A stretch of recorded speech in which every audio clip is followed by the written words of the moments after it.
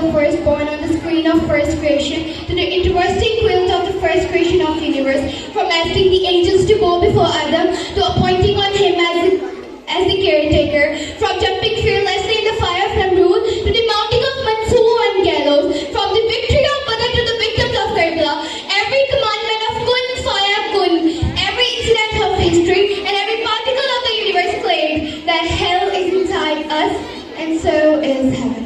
Mr. President, what happens when a man focuses on the hell inside him? History says that when a man focuses on the hell inside him, there happens the fall of Troy, the atom bombs at Hiroshima and Nagasaki, the decline of the great Roman and Persian empires, or the Mughal destiny or the Ottoman era.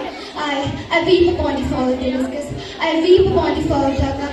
Mr. President, my Kashmir is bleeding, my Palestine is bleeding, and my Karbala is still bleeding.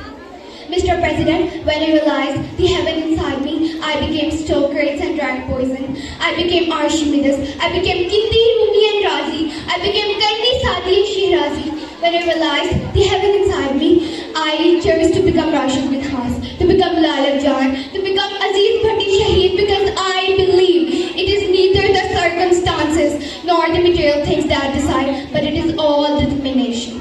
Mr. President, as long as the world will be amazed by the work of Haifa Karim and Indian soldiers will recall the patriotism of Soldier Maqbool,